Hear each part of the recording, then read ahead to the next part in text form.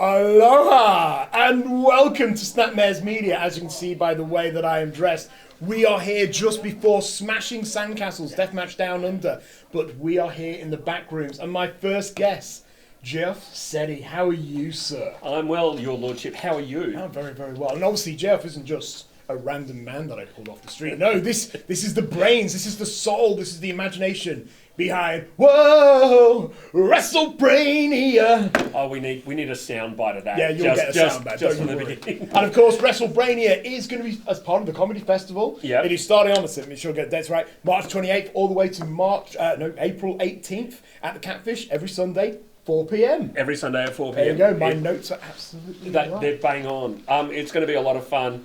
It is the shows we wanted to do last year. We've rewritten them, we've got them singing, and they're in this year, and it's going to be a heck of a great ride, and we have some incredible guests and great surprises planned. Can you tell me any of those surprises?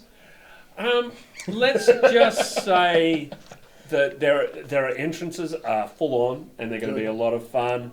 You're going to be seeing some faces that you might not have seen for a little while. As announced, Carlo Cannon's coming out and doing the show. Yeah, for fantastic. Interesting individual. Great, and we love having Carlo on board, as well as obviously working with DMDU and working with Wrestle Rock and working with PWA. So and also PCW. The PCW. I'm sorry, we work with PWA in Sydney, and also on the turnbuckle. Yeah, it did seem like it took a little bit of effort for an agreement to be reached between you and on the turnbuckle. Do you want to elaborate on that? Well, look, there are a few things. Their lawyer is currently, he lives out of his car. I can't do much about it, but he's currently chasing me to try to change the contract. Okay. I've refused to change the contract. Good. We have them on the very first show. Welchie. Brent Welch is representing him, the walking migraine, the man who's threatened to kidnap me. The hemorrhoid of Australian wrestling. That's the guy, you know him well. Yes. He is going to be on the first show. So, we'll do what we can to get through that as easily as possible. They've changed their mastermind topics no less than 4 times. Divas, complete divas. Yeah. But the shows are very different from when you last saw them because, of course, I keep writing games. I keep throwing new games in and taking old games out just to make it more colourful and more exciting. And the 4 shows are different from each other. So you don't see the same show twice. Yeah. You see 4 different shows, and the final is going to be incredible. It's a tournament this year. Well, absolutely, yes. So you've got the 4 teams, and it's going to be a tournament. I mean, it's 6 teams, sorry. 6 teams, 4 companies. I apologise, yeah. So is it like a round-robin system? Is it points-based? It's going to be elimination. So there are going to be 3 teams in the final, and whoever gets to the final will win a trophy. We have a trophy this year, which is very exciting. And I should add, our first show is going to feature wrestling veteran, Auntie Donna's own, Broden Kelly. Fantastic. Yeah. So hey, let's take a few step backs. How did WrestleBrania actually come to be? I mean, what started it for you? Well, I was a shitty stand-up comedian who had very little direction and decided that if I was a wrestling fan and there were no shows catering for me as a wrestling fan, there are going to be other wrestling fans who are feeling the same way. And that's how I kind of came up with the idea of let's do a wrestling trivia, kind of more Spicks and Specs. Mm-hmm. So it's Spicks and Specs with pro wrestling than anything else. And it's kind of evolved from there.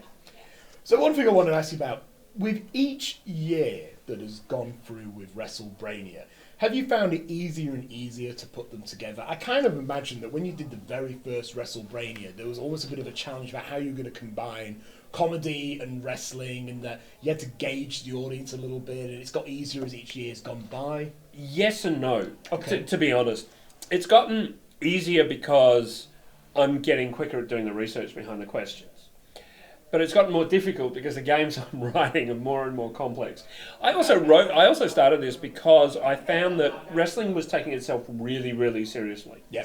So I wanted to make sure that we remember that wrestling ultimately is silly fun.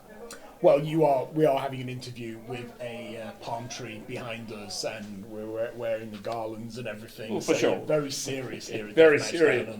Yeah. But the games do get more complex.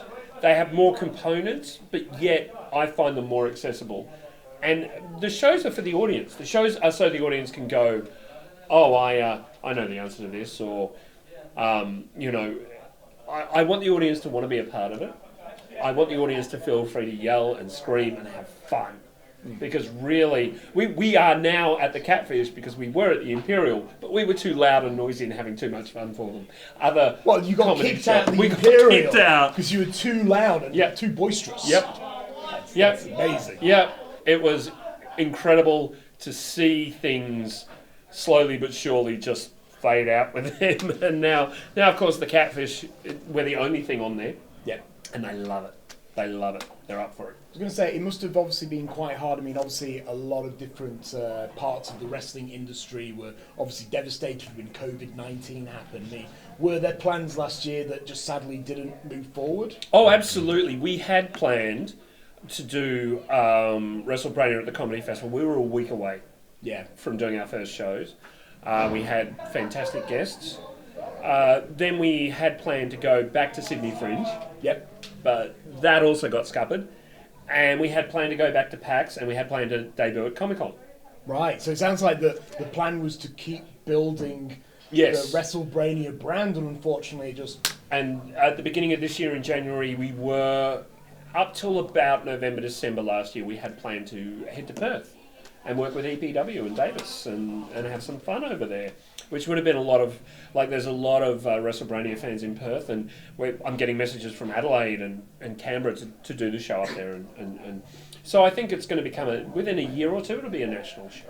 Well, that was my next question. I was going to ask, what are the future plans for WrestleBrania? What are the future hopes in regards to growing the brand? Are you also hoping to perhaps grow it online particularly, or is it more a live event focus? I think it's very much a live experience. I think it's very much, if you're there, you talk about it. Like, people are still talking about Crackerjack getting hit with a chair. Right. Which is Crackerjack. Yeah. Normal Monday for him, so yeah. And, you know, Gino being super kicked by Lockie. And, you know, people are still talking about some of the occasions that happened at WrestleBrania. So, in my honest opinion, it's the live aspect of it that's the appeal. Having said that, I wouldn't say no to ever transposing it to television. If the opportunity was there, and the you know, we could come to an agreement. I'd love to put it on TV, but I think right now it is that live experience. I'd also ultimately love to take it to Edinburgh, because I think Edinburgh Fringe would lap up a show like WrestleBrania. So you got your eye on fleeing Australia at the first opportunity. Well, not quite. It's a little bit of an overstatement, but the eye is on, you know, expanding this as much as possible and seeing where it can grow to. I mean, obviously, we're hamstrung at the moment by the lack of travel and the On the Turnbuckle boys. But once we can get free of their grasp and travel opens back up, we can go and we can start to do things. And we've got some really exciting announcements over the next few weeks. Some of the talent that we're going to have, both WrestleBrania veterans and WrestleBrania newbies. Mm-hmm. Some of the greatest personalities in Melbourne wrestling. So it's all very exciting, really.